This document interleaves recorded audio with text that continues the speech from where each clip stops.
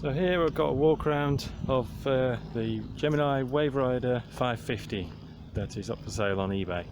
It's 5.5 meters long with a 90 horsepower 2-stroke outboard Yamaha engine.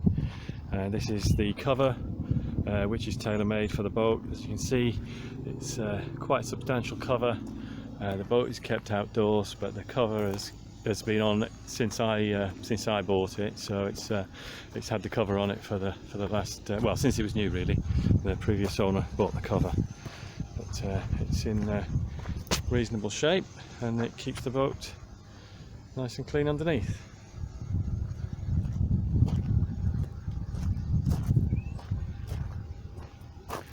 I'll take the cover off now and show you the boat.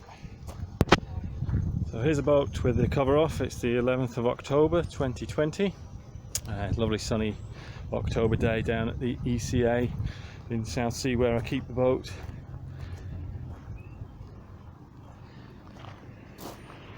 I'll do a quick walk around and then show you in a little bit more detail in a moment.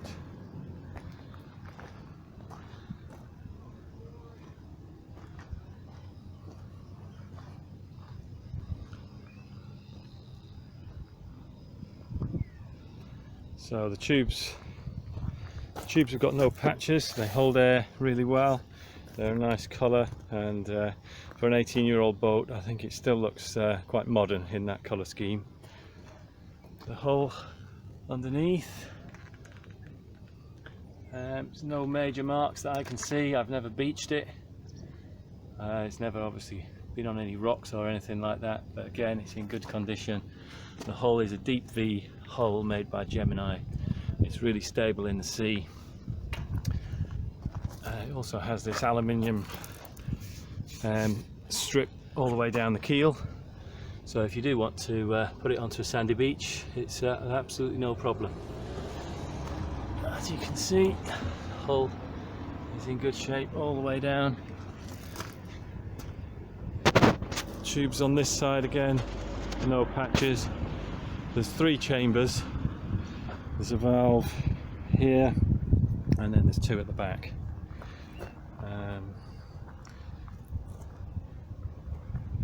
If I just hop on, so a little walk around on deck. I hope you can see this. The sun is really quite bright today, but it has a non-slip non-slip pattern on the deck, which again is in pretty good clean condition. You can use this as a seat. Under here is the locker. We've got a couple of anchors in there and I think a set of waders. They'll come with the boat. Under here is the fuel tank, 100 litre stainless steel fuel tank, petrol obviously. And this is sort of reinforced for your anchor rope. Petrol tank fill is there. All the stainless steel work around the boat is in good condition. And at the helm, this is a depth sounder, and a fish finder, which displays in feet or meters. There's a fuel gauge which works, and there's a rev counter and a trim gauge. The rev counter works. The trim gauge shows roughly where the boat is, but I don't rely on it, don't really need it. Steering, nice and free. See, it's hydraulic steering, very easy. This wasn't in the pictures, I've just fitted this today, a new hatch, so you've got a waterproof compartment there. There's a bigger compartment underneath, and then under each of these jockey seats there is the storage.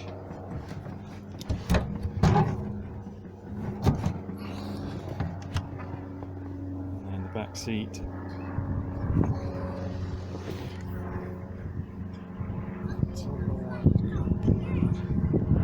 Back seat. What's going on? Back seat is comfortable for 2 people. This folds that way, so if you've got a water skier or you're towing something, somebody can sit there. We normally have it that way. There's a lot of storage underneath. There's a battery compartment which has a good leisure battery on it. Always starts up even after a long winter. Pump is included, some ropes and fenders, water ski rope, a set of oars which we've never had to use, thankfully. So that's about it on deck. These tubes here carry the cables, the control cables above deck. Mostly kill cord and ignition switch.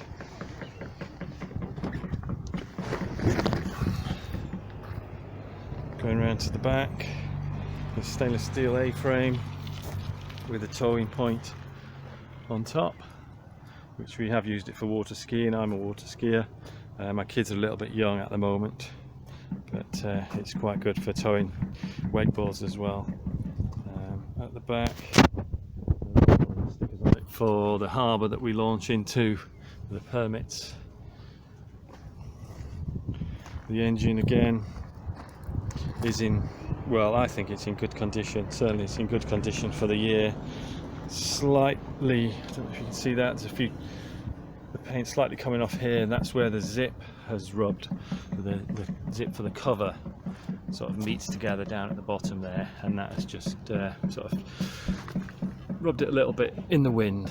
But the engine is in good condition. The skeg, I mean, that has no marks on it whatsoever. It's never been beached. This is the original propeller, aluminium, and again, there's no dings or anything in that. And I think that's quite unusual for a boat of this age. That is definitely the original propeller. We've never had another one on there. It's electronic tilt and trim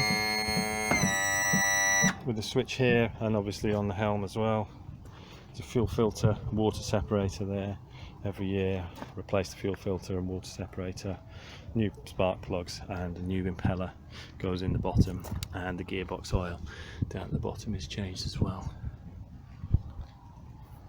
Have a rack here which my friend made. It's out of stainless steel, which takes a couple of water skis or a wakeboard, which is quite handy, keeps it out of the way.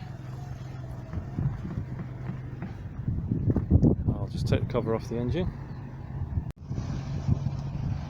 You see under the hood, hopefully you can see, there's a lot of glare on the cylinder head. But it's a 3-cylinder and it's very clean.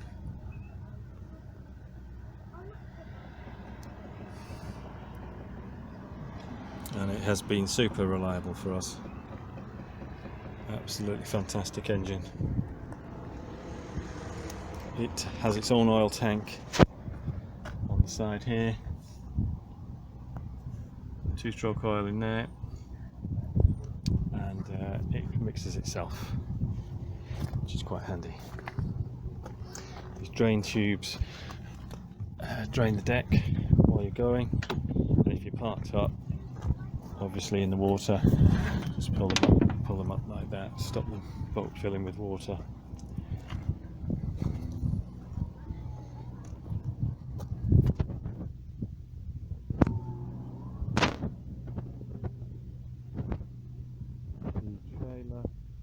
Obviously non-braked trailer, and the brakes on the boat trailers never last if you're taking it in and out of the water, and with the weight of the boat it's perfectly fine for a normal family car or estate car, and it tows fairly well. It has had new bearings, new wheels and new tyres on both sides in the last 12 months. There is some surface rust on the trailer. It doesn't go very far because we are in this boat club, so we just launch it here and then it goes back into its parking space. I always give it a rinse down with fresh water, but I could probably do with a wire brush, a coat of paint. It is galvanised, but the previous owner painted it. Mudguards are rusted, but they are very solid. And I always make sure my kids don't use those as steps to get into the boat, because that's what ruins them. It's very easy to launch and recover with these cradles. The rollers obviously spin, and these cradles move backwards and forwards depending on the angle of the trailer, so it is very easy to launch, and the trailer is very easy to maneuver around. You know, I can do it myself, or 2 adults. It's very easy. So that's it. Thanks for watching.